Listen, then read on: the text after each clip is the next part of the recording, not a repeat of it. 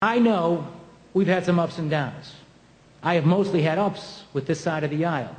I wouldn't be where I am in terms of the accomplishments I take pride in if it wasn't for the Senate Democratic Caucus. I know that those of you on this side of the aisle haven't always agreed with my positions. Those have been mostly philosophical differences, the ordinary differences that separate Democrats from Republicans, honest differences. But we've also had a chance to work together, had a good opportunity to work with all of you on a public works program.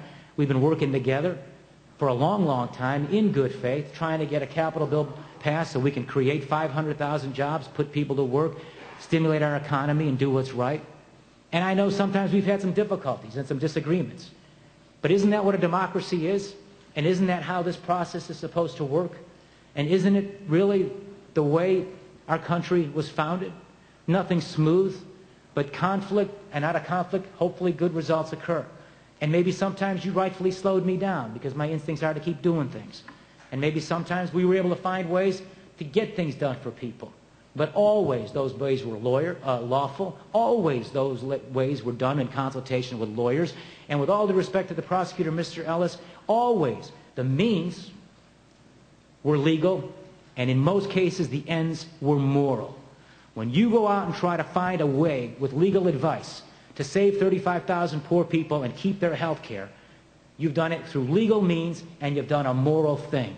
When you're trying to help senior citizens afford their medicines, instead of just giving them a bunch of political baloney and speeches and say you care, but then you don't do anything about it, but you found a way that you can actually do something and help them be able to have a better quality of life, not ration their medicine, maybe extend their lives, the means are legal, because if they're not, then the governor of Wisconsin, the governor of Kansas, and Ted Kennedy, and Rahm Emanuel, and John McCain, and others ought to be co-conspirators with me. But how can you impeach me for legal means with moral ends? Those are a lot of the things that I've done as governor. Now, I know my style sometimes. I know sometimes I probably push too much and prod too much. I know you guys have this impression that sometimes, I go outside of you and say certain things. I know. But I want you to know where I come from. I have been blessed to live the American dream. My background's humble, like most of yours.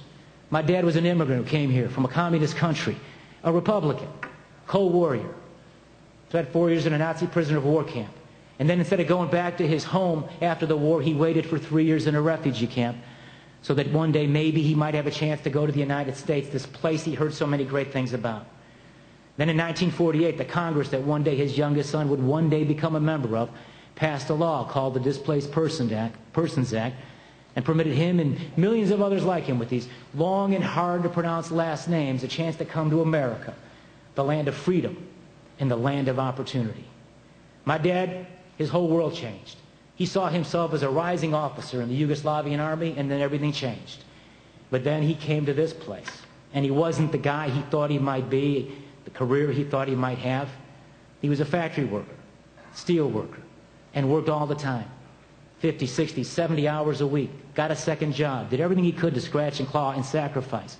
Because he got to a point in his life, and you know this probably from your parents, when you realize it ain't there for you, so I'm going to do everything I can to create opportunities for my kids. My mother was a working person, CTA, ticket agent, passing out transfers at the subway stations. Everything they did was to work and sacrifice for their kids and give us a chance at a better life that wasn't there for them.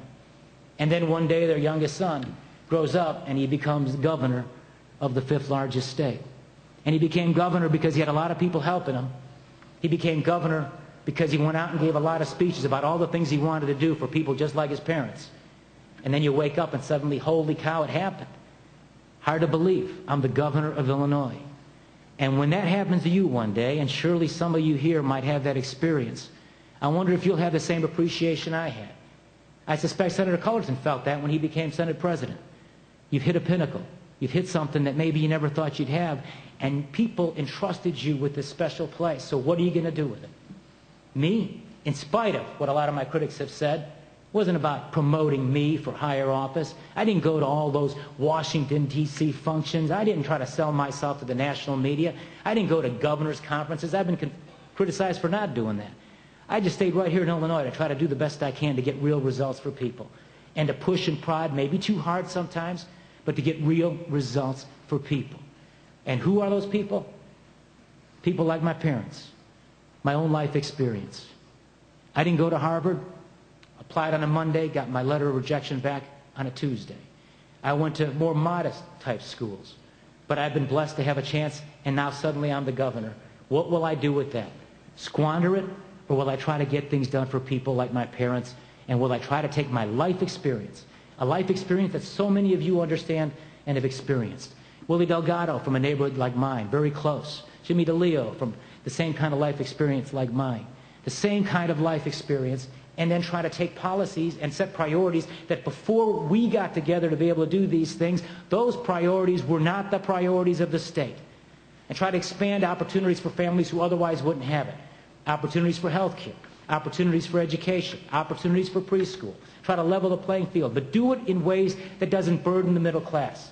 A different approach, ruffling feathers here, not the kind of thing that everybody agreed with, but an approach that I thought would help families and not burden them and give them a lift up a little bit and not have them just run in place, hearing a lot of stuff that the governor said he did, but not really feeling like their lives have improved. I think about my parents a lot. I think about ordinary people I've met along the way a lot. I met a woman not long ago who told me her story, and she's the kind of person that I believe my policies have been for. And I want to tell the story not because it's that unique, but I want to tell it because I want you to know how sometimes maybe I get too frustrated, maybe I get too impatient with the process, maybe I forget that I used to be a lawmaker and I just don't understand why you guys are, not you guys, but some of you, your colleagues, mostly in the other place, are holding things up when we're about helping people and we've said we want to do these things for families. But I met a woman who told me the story of her day-to-day life. She's a mom with an immigrant mother from Mexico. She was born here. A mom in her late 20s, 2 boys, 6 and 4. She works out by the airport, does some clerical work, I think in an accounting firm. They live in the near South Side, I think in back of the yards, maybe Pilsen, maybe Bridgeport.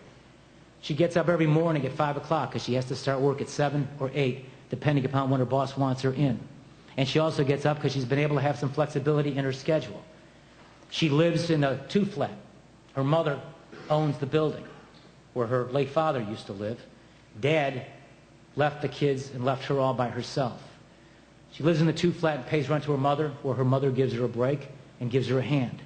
She's up before dawn. Her kids are still in bed. She sits down, mom comes up, her mom, has a cup of coffee with her. They talk about the things of the day, and then she's ready to go to work. It's still dark outside if it's winter. She tippy-toes into the bedroom and kisses her boys goodbye and leaves them to their grandmother.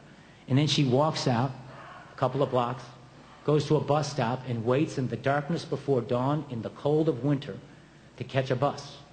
And then that bus takes her to a subway train. And that subway train takes her to her job out by O'Hare. And then she goes to work, and she works hard, and she's been there a long time. And she started when she was getting paid less than $30,000 a year, but she did a good job for her boss, and she's getting paid now more than $40,000 a year. She gets benefits, gets health care through the All Kids program, which is something we've provided. She puts in 8 or 9 hours a day, and then it's time to leave. She gets back on that subway train, gets back to that bus, then comes home, and if she's lucky, she's home maybe by 6 or 6:30, and she can spend a little bit of time with her boys because grandma has just made them dinner. And then maybe she'll eat her dinner and eat some of that fast, and then she'll do what moms do, taking care of her kids, get them ready for bed, and then maybe if she's lucky, she might have an hour or 2 at best, where she might be able to actually relax and watch her favorite television program and get away from it all. But she knows she's got to get up early because this whole thing starts again tomorrow, and the next day, and the next day. My policies have been all about helping families like those. Give her a chance to afford health care through the All Kids program. Give her a chance to send those boys to preschool. Give her a chance to be able to make a living and hopefully have upward mobility and protect her from those who might want to raise her taxes and make it harder for her. My policies have been about trying to help families like those. And then when I run into gridlock and legislative gridlock, I'm too impatient and I get frustrated and I confess maybe I push too hard. I confess maybe I fight maybe too much. But I ask you to remember, it ain't about me. My kids have. It ain't about me. Charge it to my heart. Charge it to a desire to help families I came from and life stories I've heard along the way in my life and as governor. And when you get the experience to be governor and you have a chance to help families like that and you can do it, it's gratifying. It's gratifying.